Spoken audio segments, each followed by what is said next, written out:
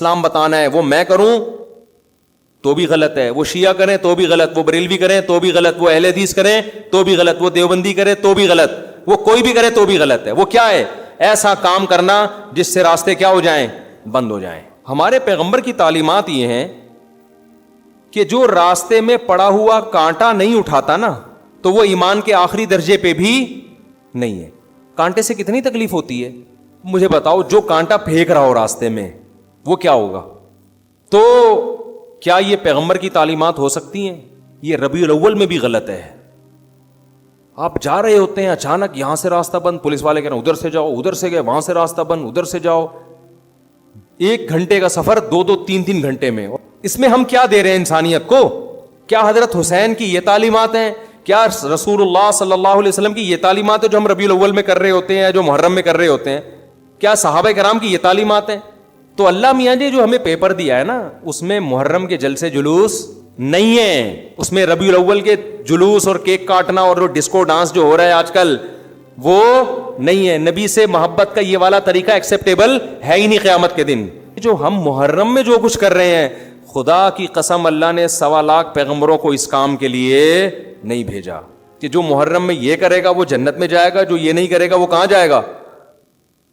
جہنم میں جائے گا۔ یہ جو کچھ آج کل ہو رہا ہے، حلیم کی دیگیں، سینہ پیٹنا، کالے کپڑے، سبیلے، میں ابھی آ رہا تھا گھر والوں کو پہنچا کے، تو 1 گھنٹے کا سفر ہم نے 3 سے 4 گھنٹے میں طے کیا ہے۔ ادھر گئے تو وہاں سے روڈ بلاک، ادھر گئے تو وہاں سے روڈ بلاک، ادھر سے نکلے۔ میں سوچ رہا تھا یار یہ ہمارے پیغمبر کی تعلیمات یہ ہیں کہ جو راستے میں پڑا ہوا کانٹا نہیں اٹھاتا نا تو وہ ایمان کے آخری درجے پہ بھی نہیں ہے۔ کانٹے سے کتنی تکلیف ہوتی ہے؟ زیادہ سے زیادہ چبھ جائے گا، نکال کے پھینک دو، اور اس چبھنے سے گناہ بھی معاف ہوتا ہے۔ حدیث میں آتا ہے 1 کانٹا بھی چبھتا ہے تو 1 گناہ معاف ہوتا ہے۔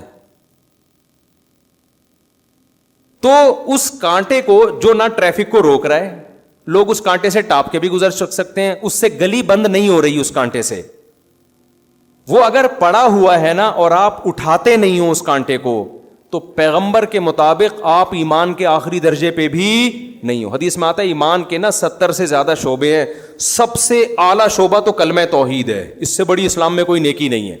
سب سے کم درجہ کیا ہے؟ اماطۃ الاذی عن الطریق، راستے میں کوئی بھی تکلیف دہ چیز ہے، کانٹا پڑا ہوا ہے، کوئی پتھر رکھا ہوا ہے، اس کو راستے سے ہٹا دینا، ڈالنا نہیں، راستے سے۔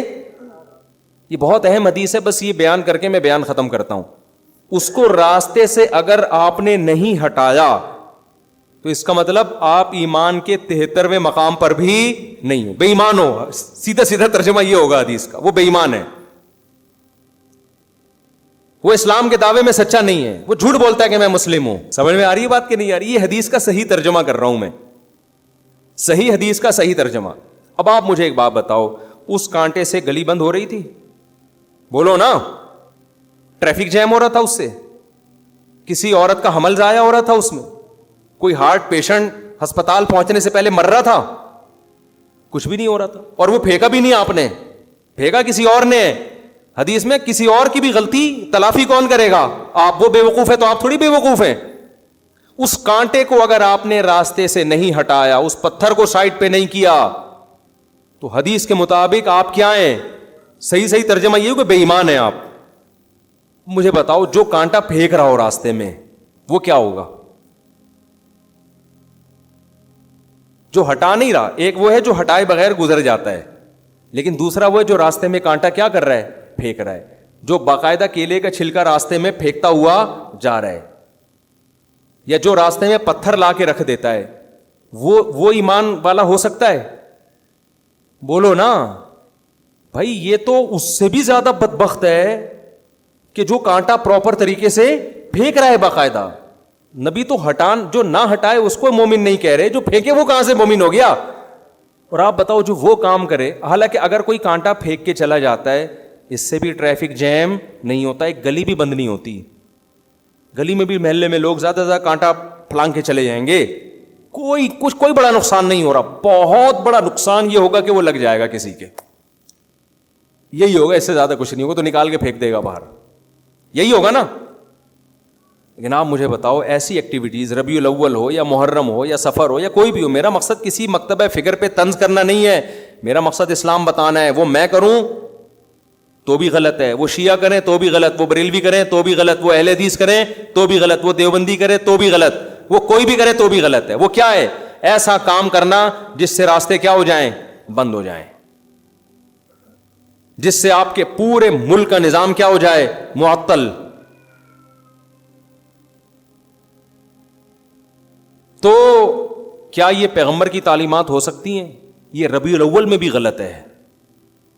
آپ جا رہے ہوتے ہیں, اچانک یہاں سے راستہ بند, پولیس والے کہہ رہے ہیں ادھر سے جاؤ, ادھر سے گئے وہاں سے راستہ بند, ادھر سے جاؤ. 1 گھنٹے کا سفر 2-2 3-3 گھنٹے میں, اور بعض دفعہ تو پہنچتے ہی نہیں ہے لوگ, کیونکہ راستے تو محدود ہے نا.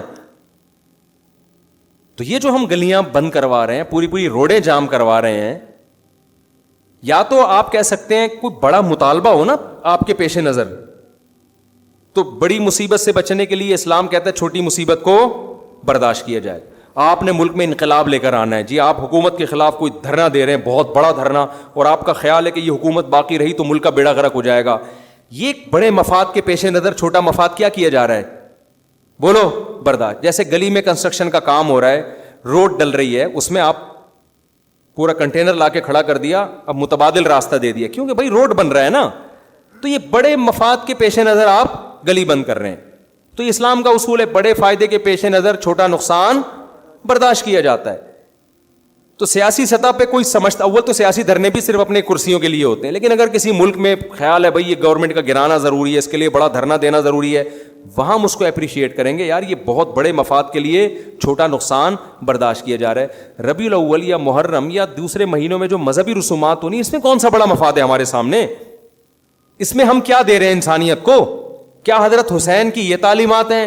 کیا رسول اللہ صلی اللہ علیہ وسلم کی یہ تعلیمات ہیں جو ہم ربیع الاول میں کر رہے ہوتے ہیں, جو محرم میں کر رہے ہوتے ہیں؟ کیا صحابہ کرام کی یہ تعلیمات ہیں؟ وہاں تو اس کا خیال کیا جا رہا ہے کہ تہجد کے وقت نبی صلی اللہ علیہ وسلم اٹھتے ہیں, اس کا خیال کرتے ہیں آپ کی کسی زوجہ کی آنکھ نہ کھلے. آپ جب گھر میں داخل ہوتے رات کے وقت, سلام اتنی آہستہ آواز سے کرتے کہ کوئی جاگ رہا ہے تو جواب دے دے, سو رہا ہے تو اس کی آنکھ نہ کھلے. اور یہاں آپ دیکھیں ادھر روڈ بلاک, ادھر روڈ, اور یہ سب چیزیں مذہب کے نام پہ ہو رہی ہیں. چائنا میں یہی ہوا, چائنا میں مذہبی آزادی دی گئی, مسلمانوں نے ناجائز فائدہ اٹھایا, دھرنے جلوس, یہ چائنا نے پابندی لگا دی. کیا لگ گئی وہ پابندی؟ تو اسلام تو میرے بھائی اتنا خیال کر رہا ہے کہ کسی کے کانٹا اگر چبھ گیا نا تو اللہ آپ کے ایمان کو ایمان قرار نہیں دیتا. آپ کی مسٹیک ہے, حالانکہ پھینکا نہیں, آپ نے اٹھایا کیوں نہیں؟ جو کرنے کے کام ہیں وہ کیے نہیں جا رہے. کرنے کے کام کیا ہیں؟ کلو من الطیبات, کھاتے ہوئے دیکھو حلال کھا رہا ہوں کہ نہیں کھا رہا. وعملوا صالحا, عمل کرتے ہوئے دیکھو جائز عمل کر رہا ہوں کہ ناجائز کر رہا ہوں. اسی پہ پورا اسلام ہے.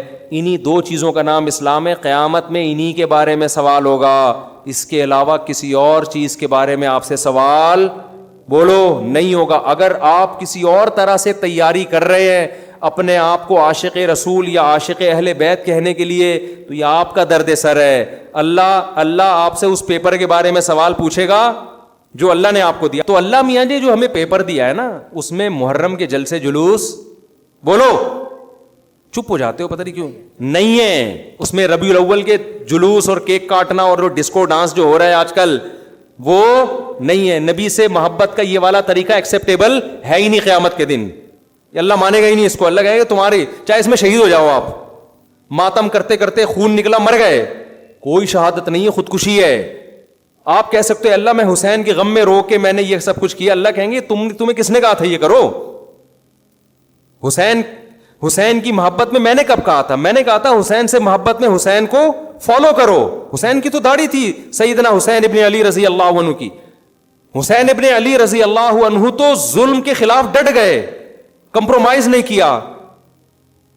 اور ہم میں کتنے لوگ ظلم کر رہے ہیں, بیوی پہ ظلم, بچوں پہ ظلم, قوم پہ ظلم, ملک پہ ظلم.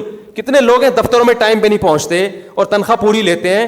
یہ ریاست پہ ظلم کر رہے ہیں کہ نہیں کر رہے؟ ظالم بن کے آپ ماتم کر رہے ہو اور آپ یہ کہہ رہے ہو کہ حسین خوش ہو جائیں گے, نبی خوش ہو جائیں گے. نہ کوئی بھی خوش نہیں ہوگا.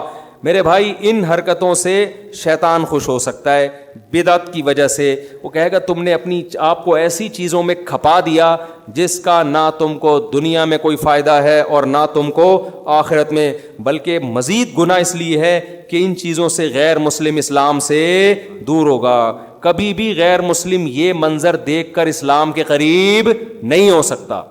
غیر مسلم مسجد میں آئے, آپ کو نماز پڑھتا ہوا دیکھے, اسلام سے محبت ہوگی. غیر مسلم آپ کا رمضان دیکھے, صبح سحری میں جاگنا, افطاری کا وقت, محبت ہوگی. غیر مسلم آپ کی قربانی دیکھے, غیر مسلم آپ کا نکاح کا نظام دیکھے, آپ کا فیملی سسٹم دیکھے, رشتہ داری جوڑنا دیکھے, باپ کی خدمت کرنا دیکھے, آپ کا حج دیکھے, آپ کا عمرہ دیکھے, اٹریکٹ ہوگا وہ دین کی طرف. نہ آپ کا ماتم دیکھ کے اٹریکٹ ہوگا, وہ کہے گا یار یہ کیا وحشیانہ عمل ہے, یہ تو ہیومن رائٹس کے خلاف ہے. تو اس لیے اپنے آپ کو, چاہے شیعہ ہو چاہے سنی ہو, ایران میں بھی ماتم پہ پابندی ہے, پتہ ہے آپ کو, کھلے عام نہیں کر سکتے. آپ کو ان چیزوں سے اپنے آپ کو بچانا ہے. ربیع الاول یا محرم میں, حلیم میں سبیلیں لگا کے, ماتم کر کے, کالے کپڑے پہن کے, یا ربیع الاول میں ہرے ہرے بن کے, ناچ گانا کر کے, لائٹیں تمبو لگا کے, حلوے بانٹ کے, یہ سب آپ کا ہیڈ ایک ہے. اللہ اس سے متاثر نہیں ہوگا. آپ یہ کچھ کرتے ہوئے مر بھی جائیں, شہید بھی ہو جائیں, اللہ میاں نے اس کا اجر نہیں دینا. اللہ کہیں گے وہ پیپر ہے ہی نہیں جو میں نے دیا, تم اپنی طرف سے اخپل طریقے سے کر رہے ہو تو کرتے رہو, کوئی